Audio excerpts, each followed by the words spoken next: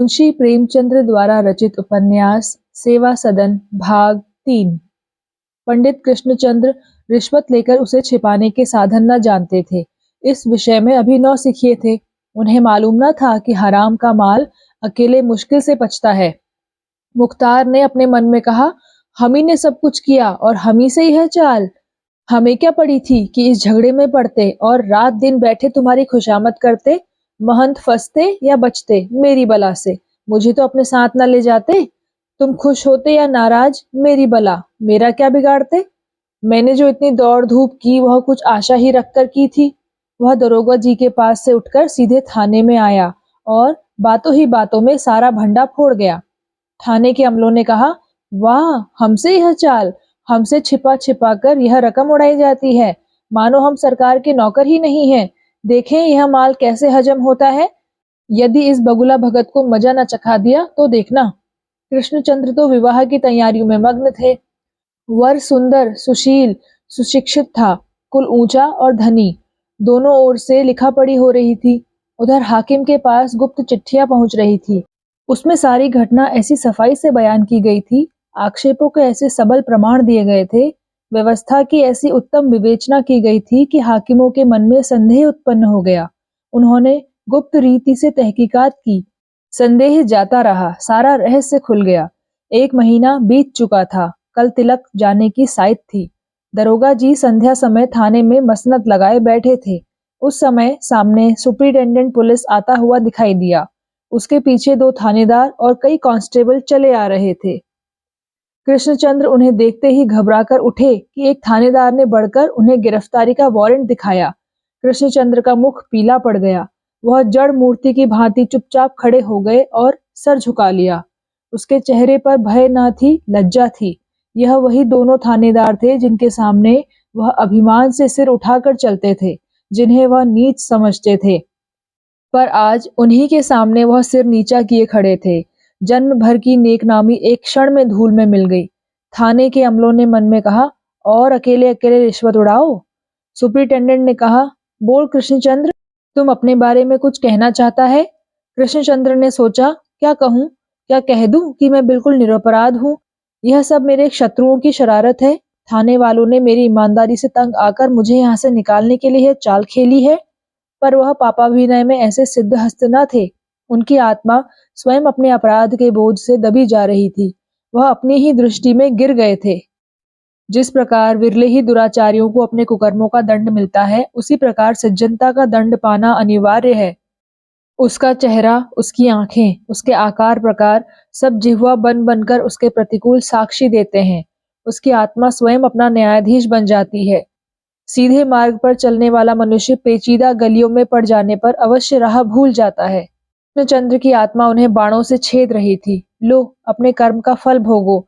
मैं कहती थी कि सांप के बिल में हाथ ना डालो, तुमने मेरा कहना ना माना, यह उसी का फल है। सुपरिटेंडेंट ने पूछा, तुम अपने बारे में कुछ कहना चाहता है। कृष्णचंद्र बोले, जी हाँ, मैं यही कहना चाहता हूँ कि मैंने अपराध किया है और उसका कठोर से कठोर दंड मुझे दिया जाए। मेरा मुंह काला करके मुझे सारे कस्बे में घुमाया जाए। झूठी मर्यादा बढ़ाने के लिए, अपनी हैसियत को बड़ा दिखाने के लिए, अपनी बड़ाई के लिए एक अनुचित कर्म किया है और अब उसका दंड चाहता हूँ। आत्मा और धर्म का बंधन मुझे ना रोक सका, इसलिए मैं कानून की बेड़ियों के ही योग्य हूँ। मुझे एक क्षण के लिए घर जाने की आज्ञा दीजिए। वहां से जाकर मैं आपके साथ चलने को तैयार हूँ। कृष्णचंद्र की इन बातों में ग्लानि के साथ अभिमान भी मिला हुआ था। वह उन थानेदारों को दिखाना चाहते थे कि यदि मैंने पाप किया है तो मर्दों की भांति उसका फल भोगने के लिए तैयार हूँ। औरों की तरह पाप करके उसे छिपाता नहीं। दोनों थानेदार ये बातें सुनकर एक दूसरे का मुंह देख रहे थे, मानो कह रहे थे कि यह आदमी पागल हो गया है क्या, अपने होश में नहीं मालूम होता। यदि ईमानदार ही बनना था तो ऐसा काम ही क्यों किया। पाप किया पर करना ना जाना।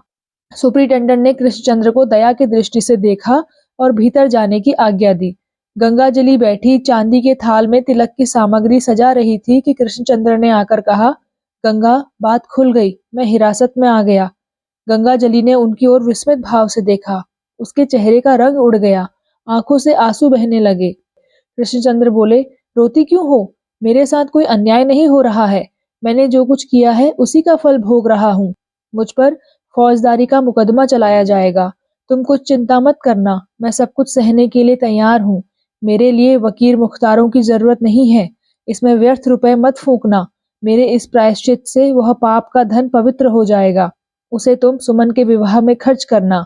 उसका एक पैसा भी मुकदमे में मत लगाना, नहीं तो मुझे दुख होगा। अपनी आत्मा का, अपनी नेक नियति का, अपने जीवन का सर्वनाश करने के बाद मुझे संतोष रहेगा कि मैं एक ऋण से मुक्त हो गया, इस लड़की का बेड़ा पार लगा दिया। गंगाजली ने दोनों हाथों से अपना सिर पीट लिया। उसे अपनी अदूरदर्शिता पर ऐसा क्रोध आ रहा था कि धरती फट जाए और उसमें समा जाए। शोक और आत्मवेदना की एक लहर बादल से निकलने वाली धूप के सदृश उसके हृदय पर आती हुई मालूम हुई। उसने निराशा से आकाश की ओर देखा। हाय, यदि मैं जानती कि यह नौबत आएगी तो अपनी लड़की किसी कंगाल से ब्याह देती या उसे विष देकर मार डालती। फिर वह झटपट उठी, मानो नींद से चौंकी हो, और कृष्णचंद्र का हाथ पकड़कर बोली, इन रुपयों में आग लगा दो, उन्हें ले जाकर उसी हत्यारे रामदास के सिर पटक दो। मेरी लड़की बिना ब्याही रहेगी। हाय ईश्वर, मेरी मति क्यों मारी गई? मैं साहब के पास चलती हूँ। अब लाज शर्म कैसी? कृष्णचंद्र बोले, जो कुछ होना था हो चुका, अब कुछ नहीं हो सकता। गंगा बोली, मुझे साहब के पास ले चलो, मैं उनके पैरों पर गिरूंगी और कहूंगी, यह आपके रुपए हैं, लीजिए, और जो कुछ दंड देना है मुझे दीजिए। मैं ही विष की गांठ हूँ, यह पाप मैंने बोया है। कृष्ण बोले, इतने जोर से ना बोलो, बाहर आवाज जाती होगी। गंगाजली बोली, मुझे साहब के पास क्यों नहीं ले चलते? उन्हें एक अबला पर अवश्य दया आएगी। कृष्ण बोले, सुनो, यह रोने धोने का समय नहीं है। मैं कानून के पंजे में फंसा हूँ और किसी भी तरह नहीं बच सकता। धैर्य से काम लो, परमात्मा की इच्छा होगी तो फिर भेंट होगी। यह कहकर वह बाहर की ओर चले कि दोनों लड़कियां आकर उनके पैरों से चिपट गई। गंगाजली ने दोनों हाथों से उनकी कमर पकड़ ली और तीनों चिल्लाकर रोने लगी। कृष्णचंद्र भी कातर हो गए। उन्होंने सोचा, इन अबलाओं की क्या गति होगी? परमात्मन, तुम दीनों के रक्षक हो, इनकी भी रक्षा करना। एक क्षण में वह अपने को छुड़ाकर बाहर चले गए। गंगाजली ने उन्हें पकड़ने को हाथ फैलाए, पर उसके दोनों हाथ फैले ही रह गए, जैसे गोली खाकर गिरने वाली किसी चिड़िया के दोनों पंख रह जाते हैं।